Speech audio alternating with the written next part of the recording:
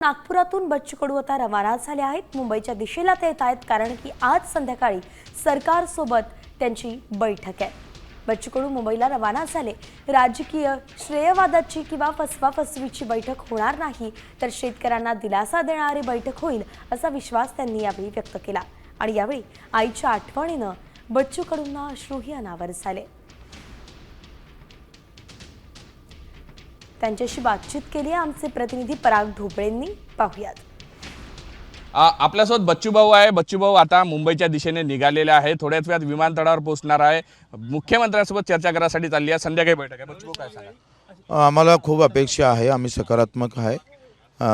बैठक फसवाफसवीची होणार नाही, राजकीय होणार नाही, श्रेयवादाची बैठक होणार नाही। निश्चितच हे बैठक शेतकऱ्याला दिलासा, दिव्यांग बांधवाला, मेंढपाळांना, मच्छीमारांना दिलासा देणारी राहील। ओबीसी नेत्यांनी यावं असंही तुम्ही शब्द अपेक्षा आले पाहिजे, त्यांचे स्वागत आम्ही करू। आमच्या नेतृत्वात नाही, तुमच्या नेतृत्वात आम्ही आले तयार आहोत। नेतृत्व कोणाचं आहे याच्यापेक्षा आम्ही कोणासाठी लढतो ते फार महत्त्वाचं आहे। आईंचं नाव घेतलं तुम्ही, म्हटलं डोळ्यात पाणी आलंय, आज आठवण येते? बोलू शकत आई असते तर तिला वेगळं आनंद झाला असता। शेतकऱ्यांसाठी काय तरी ती शेतीत खूप राबली, खूप कष्ट केले आहे तिनं। 11 ते 5 मजुरासारखी मेहनत केली आहे।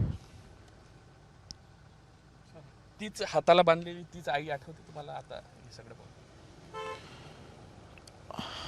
बिलकुल तसंच तेच समजा। हां हां, ठीक ठीक। नक्कीच बच्चू भाऊच्या डोळ्यात खरं तर पाणी आलेलं आपण पाहू शकतो। कशा पद्धतीनं जे आहे बच्चू भाऊची भावना होती ती व्यक्त झालेली आहे, समोर आलेली आहे। आणि कुठेतरी डोळ्यात अश्रू आलाय, कारण की आज शेतकऱ्यांसाठी यश मिळतंय याचा आनंद सुद्धा आहे। आजचा लढा जो यशस्वी व्हावा अशी भावनाही बच्चू भाऊंनी बोलून दाखवली आहे। व्हिडिओ जर्नलिस्ट सौरभ बोलेसह पराग ढोबळे, साम टीव्ही न्यूज, नागपूर। आता isakal.com आहे देशातील नंबर 1 ची मराठी न्यूज वेबसाईट। प्रत्येक अपडेटसाठी isakal.com ला नक्की भेट द्या।